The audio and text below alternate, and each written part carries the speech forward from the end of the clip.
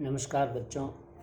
आज हम लोग स्पेशल सेशन लेके आए हैं जो कि आपका class 9th and 10 mathematics code 041 session 2020-23 का सिलेबस डिस्कस करेंगे। तो इसमें सबसे पहले ये हम इसका इंट्रोडक्शन देख रहे हैं। The syllabus in the subject of mathematics undergone changing.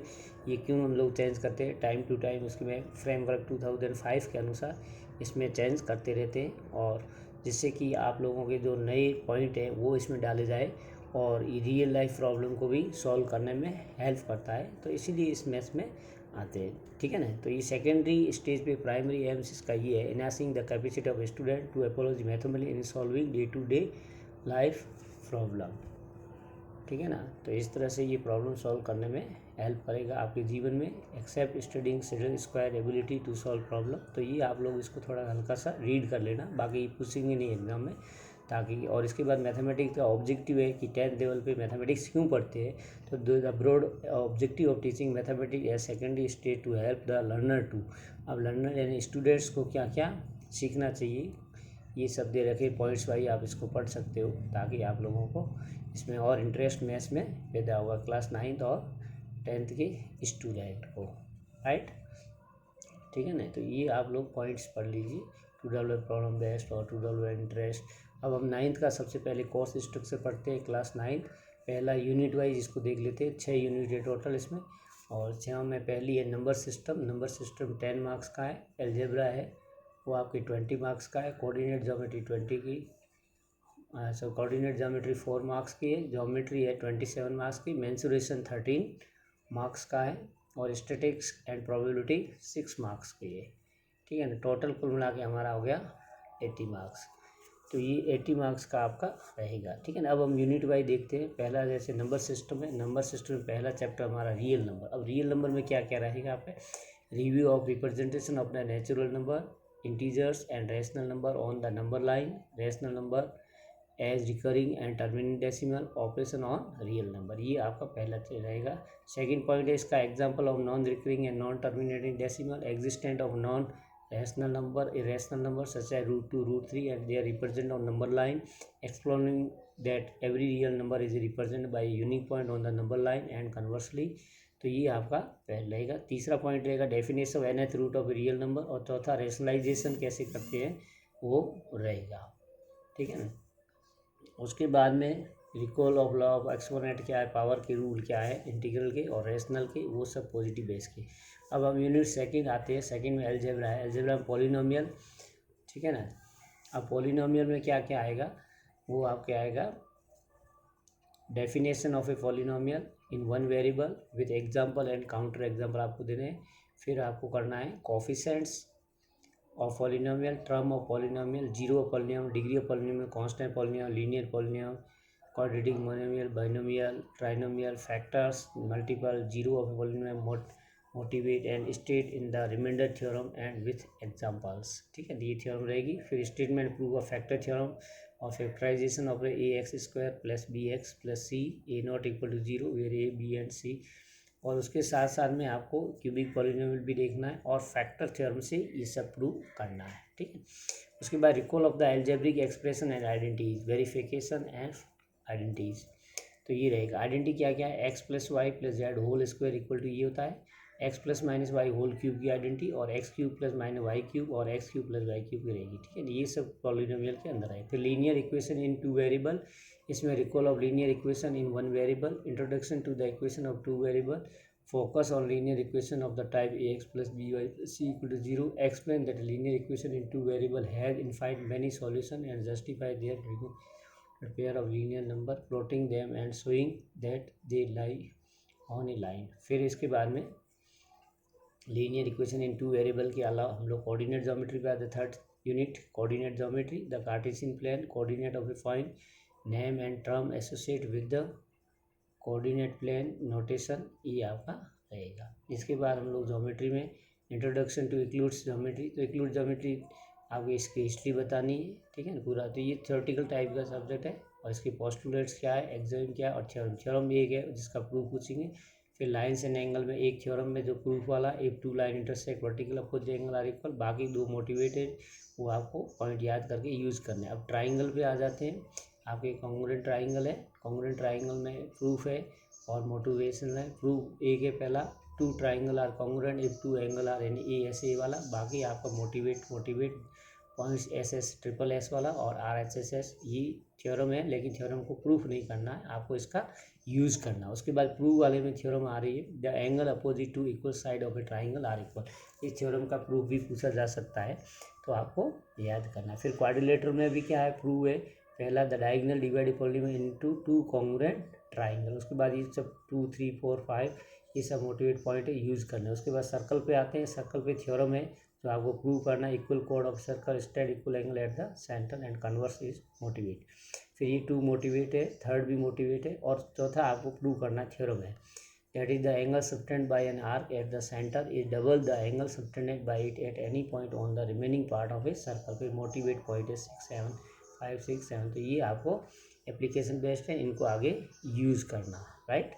फिर आते हैं मेंसुरेशन में, एक एरिया है, area of a triangle using Heron formula without proof, और फिर सरफेस एरिया बिना प्रूफ के एरिया, ये की टॉपिक है surface area and volume, surface area and volume of A sphere including hemisphere and right circular कौन, इनकी ऊपर बेस्ट प्रॉब्लम रहेगी। स्टैटिक्स एंड प्रोबेबिलिटी दोनों एक ही टॉपिक है। स्टैटिक्स में आपको बार ग्राफ, हिस्टोग्राम और फ्रीक्वेंसी पॉलीगॉन, ठीक है ना, और प्रोबेबिलिटी एनसीईआरटी का पूरा चैप्टर आएगा। तो इस तरह से ये आपका सिलेबस रहेगा, राइट। अब हम देखते हैं आगे आते हैं, इसके बाद में mathematics question paper design class 9 2020 ये एनुअल में या हाफ ईयरली में जो पेपर 80 मार्क्स का आएगा उसका है, तो उसका टोटल मार्क्स और वेटेज क्या है। रिमेंबरिंग और अंडरस्टैंडिंग में आपका सबसे ज़्यादा आएगा, 54% आएगा और 43 मार्क्स का आएगा 80 में से, ठीक है। फिर अप्लाइंग द नॉलेज को एप्लीकेशन बेस्ड क्वेश्चन आएंगे, वो 24% होंगे, और मार्क्स है 80 में से 19 का मार्क्स का इसमें से पूछेंगे, ठीक है। नहीं, एप्लीकेशन बेस्ड क्वेश्चन 24% और 19 मार्क्स का। Next analysing evaluating and creating, इसके ऊपर तो 18 मार्क्स का आएगा और 22% आएगा, कुल 80 मार्क्स हो गए और 100% आएगा, ठीक है। ये तो 80 मार्क्स का, और 20 मार्क्स का जो इंटरनल है उसका भी डिवीज़न है। पेन पेपर टेस्ट जो पूरे साल होगा वो 5 मार्क्स के दो होंगे, उसको हम लोग 10 मार्क्स में करेंगे। फिर पोर्टफोलियो 5 मार्क्स का, और लैब प्रैक्टिकल एक्टिविटी है वो 5 मार्क्स की, तो कुल मिला के ये 20 मार्क्स का आपके रहेगा। तो इस तरह से ये आ गया, ठीक है। तो ये 9th क्लास वाले बच्चों को सिलेबस है, आप लोग अच्छी तरह देख करके इसकी अच्छी तैयारी कीजिए ताकि आपके ये 10th में भी काम आएगा, ठीक है। अब हम 10th क्लास वाले बच्चों के लिए करें, 10th वाले देख लीजिए। कोर्स स्ट्रक्चर क्लास 10 आपके यूनिट मार्क्स दे रखा है। पहला यूनिट नंबर सिस्टम है वो 6 मार्क्स का है, दूसरा एल्जेब्रा है वो 20 मार्क्स का है, तीसरा कोऑर्डिनेट ज्योमेट्री है 6 मार्क्स की है, फिर ज्योमेट्री 15 मार्क्स की है, ट्रिग्नोमेट्री 12 मार्क्स की, मेंसुरेशन 10 का है, और स्टैटिक्स एंड प्रोबेबिलिटी है वो 11 मार्क्स की है, ठीक है। तो वापस देख लीजिए, नंबर सिस्टम 6 का, एल्जेब्रा 20 का, कोऑर्डिनेट ज्योमेट्री 6 की, ज्योमेट्री आपके 15 मार्क्स की, ट्रिग्नोमेट्री 12 मार्क्स की, मेंसुरेशन 10 मार्क्स की, और statics and probability 11 marks, total 80। तो ये इस साल का है आपका सिलेबस, ठीक है ना। कोर्स आपको इस तरह से यूनिट इंपॉर्टेंट कौन सी है कौन सी कम है। फिर number system chapter wise real number में fundamental theorem of arithmetic statement after reviewing work done earlier and, तो इसमें क्या आपको पहला थ्योरम ये है इक्लूड्स डिवीजन वाला हटा दिया गया है, आपको फंडामेंटल थ्योरम ऑफ अर्थमेटिक देने, जिसमें statement after reviewing work done earlier and after illustrating and motivation through example, और दूसरा टॉपिक है प्रूफ्स ऑफ इरेशनलिटी ऑफ √2 √3 √5। तो यहाँ पर भी आपके 2 टॉपिक हटा दिए गए, जो हमारे एक्सरसाइज में 2 एक्सरसाइज कुल मिला के हटा दी गई। फर्स्ट चैप्टर में आपको सिर्फ 2 पॉइंट ही करना है, तो बहुत आसान है। फंडामेंटल थ्योरम का यूज वाला, और इन 3 नंबर को √2 √3 √5 को इरेशनल कैसे प्रूव करते हैं ये सब आएगा। अब हम सेकेंड यूनिट एल्जेब्रा पॉलिनोमियल क्या क्या है, जीरो ऑफ ए पॉलिनोमियल है, और दूसरा पॉइंट है वो है relationship between zero and coefficient of a polynomial. तो कुल मिला के एक टॉपिक है, बाकी दोनों हटा दिए हैं जो बहुत ही इंपॉर्टेंट थे। एक division algorithm for the polynomial वो भी नहीं है, और दूसरा है how to find the roots of the quadratic polynomial, ये भी हटा दिया गया है, ठीक है। तो बहुत हल्का कर लिया गया, पॉलिनोमियल ज़्यादा प्रॉब्लम नहीं होनी चाहिए आप लोगों को, ठीक है ना। तो इसके बाद हम लोग आ जाते हैं pair of linear equation in 2 variable, pair of linear equation in 2 variable and graphical method of their solution, consistency and inconsistency, ठीक है ना। तो दूसरा है algebraic condition for number of solution of a pair of linear equation in 2 variable, अब देखिए इसमें graph से आपको सॉल्व करना है कि कंसिस्टेंट है या इनकंसिस्टेंट है, यूनिक सॉल्यूशन है। फिर आपको एल्जेब्रिक सॉल्यूशन करना है। तो solution of a pair of linear equation in two variable, इसमें 3 मेथड थे एनसीईआरटी में, लेकिन इसमें से एक हटा दिया गया, 2 ही है, आपको by substitution and by elimination. और इसके बेस्ट पे आपको सिंपल प्रॉब्लम या वर्ड प्रॉब्लम दी जाएगी। तो कुल मिला के जो एनसीईआरटी में क्रॉस मल्टीप्लिकेशन वाला मेथड है, जिसमें कि हम लोग सॉल्व करते हैं इक्वेशन निकालने का, वो सीबीएसई ने इस बार भी हटा दिया, वो लास्ट ईयर भी हटा दिया। तो काम आपका काफ़ी आसान कर लिया, क्योंकि क्रॉस मल्टीप्लिकेशन मेथड थोड़ा सा मुश्किल लेता है। फिर quadratic equation, standard form of a quadratic equation, जैसे quadratic ax² + bx + c = 0, a not equal to 0। Solution quadratic equation by factorization by using quadratic formula. और दूसरा है relationship between discriminant and nature of the root. तो यहाँ पर भी आपको एक मेथड है वो क्वाड्रेटिक इक्वेशन को सॉल्व करने का, जो थोड़ा हार्ड था, कंप्लीटिंग द स्क्वायर मेथड, वो आपको हटा दिया गया है। तो आसान थोड़ा सा काम कर दिया गया है। बाकी वो रिलेशन वाला तो है ही पहले जो था, और एनसीईआरटी में भी है। और situational problem based on quadratic equation related to day activity it to incorrect, ये भी आपके आएगा। अब हम नेक्स्ट टॉपिक पे आते हैं, फोर्थ वाला इसका अर्थमेटिक प्रोग्रेशन। तो इस पर क्या, motivational for studying arithmetic progression, यानी सिंपल अर्थमेटिक प्रोग्रेशन क्या होती है, derivation of nth term and sum of the first n term of AP and their application in solving daily life problem. तो कुल मिला के अर्थमेटिक प्रोग्रेशन में कोई ज़्यादा चेंज नहीं है, जो आपको एनसीईआरटी में दे रखा वो पूरा का पूरा आएगा, आपको अच्छी तरह से कर लेना है, ठीक है ना।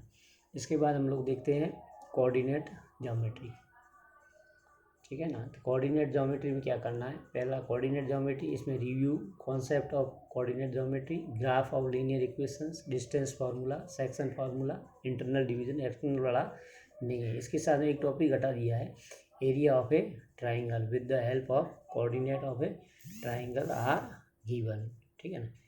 तो ये आपका रहेगा, ठीक है ना। इसके बाद ज्योमेट्री, अब ज्योमेट्री पहला चैप्टर ट्राइंगल, ट्राइंगल में क्या है, डेफिनेशन, एग्जाम्पल, काउंटर एग्जाम्पल। यहाँ पर आपको सिमिलर ट्राइंगल किया जाएगा, काउंटर एग्जाम सिमिलर ट्राइंगल। अब इसमें प्रूफ आएगा, if line is drawn parallel to one side of a triangle to intersect the other two side in distinct point, the other two side are divided in the same ratio. ये theorem का proof भी पूछेंगे और statement, बाकी motivate करने हैं आपको, ठीक है। If a line divide two side of a triangle in the same ratio then the line is parallel to the third side. Motivate if two triangle are corresponding angle equal their corresponding triangle, और ये भी तो triangle की तीनों property को आपको use करना है थर्ड फोर्थ फिफ्थ में, ठीक है ना। इसका प्रूफ नहीं पूछेंगे, इसकी बेस्ट पे हम क्वेश्चन सॉल्व करने आपको। ऐसे पाइथागोरस को भी हटा दिया, कुल मतलब बहुत आसान कर लिया है। सर्कल में tangent to a circle, point of contact, इसमें दोनों थ्योरम में दोनों ही प्रूफ पूछा। The tangent any point circle equal to the radius of the point point, the length of tangent drawn from an external point to a circle are equal, तो दोनों ही theorem में। Trigonometry में आपके 3 chapter है, मतलब NCERT में 2 ही है, लेकिन पॉइंट 3 है। Introduction to trigonometry, trigonometry, ratio of an acute angle of a right angle triangle, proof of their existence, well defined, motivated ratio which 90 degree and values of trigonometry. अब values अपने 3 angle की है, 30 degree, 45 degree and 60। पहले 0 और 90 का भी NCERT में वो दोनों हटा दिया गया। अब दूसरा है रिलेशनशिप बिटवीन द रेशियोज, तो ये रहेगा, ठीक है। अब ट्रिग्नोमेट्रिक आइडेंटिटीज 3 थी, लेकिन 2-3 में से एक ही रहा, proof and application of identity sine square A plus cos square A equal to 1, only simple identities to be given, तो 2 हटा दी गई। हाइट एंड डिस्टेंस पूरा एक ही चैप्टर है, और इसमें 2 है, angle of elevation and angle of depression.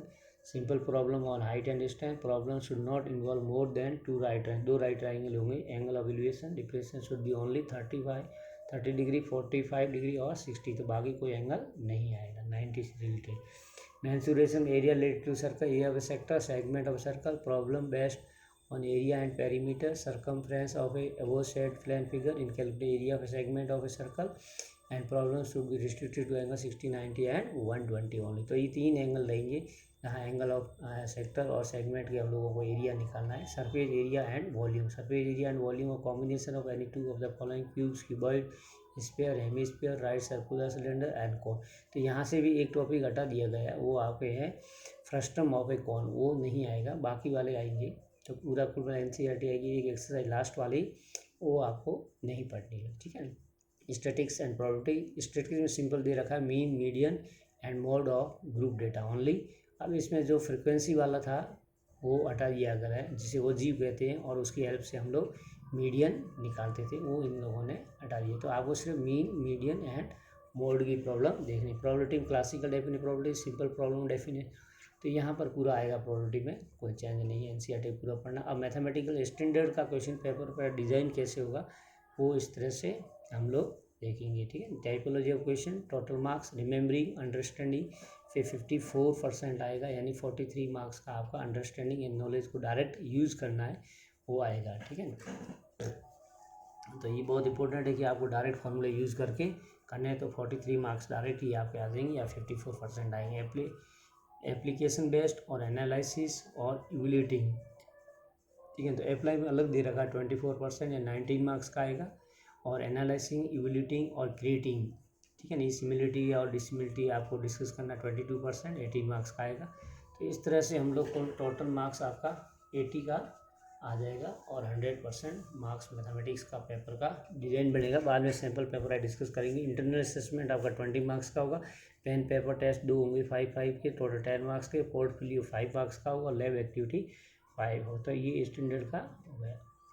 अब हम बेसिक का देख लेते हैं। जिन बच्चों ने बेसिक लिया है उनमें थोड़ा सा चेंज है। बेसिक वालों में क्या है कि आपका रिमेंबरिंग और अंडरस्टैंडिंग का ज़्यादा आता पार्ट, जैसे कि 75 वहाँ 54 था, यहाँ 75% है, तो बहुत ज़्यादा है। कुल मिलाकर डायरेक्ट क्वेश्चन आएंगे तो ईजी क्वेश्चन जिसे कहते हैं हम लोग फार्मूला बेस्ड पे, और यहाँ सिर्फ अप्लाइंग भी 15% और एनालाइसिंग इवैल्यूएटिंग में 10% ये कम ही आता है। तो कुल मिला के इंटरनल वही सिस्टम है जो स्टैंडर्ड का सेम है, उसमें कोई चेंज नहीं है, ठीक है ना। तो प्यारे बच्चों, thanks for watching, have a nice day.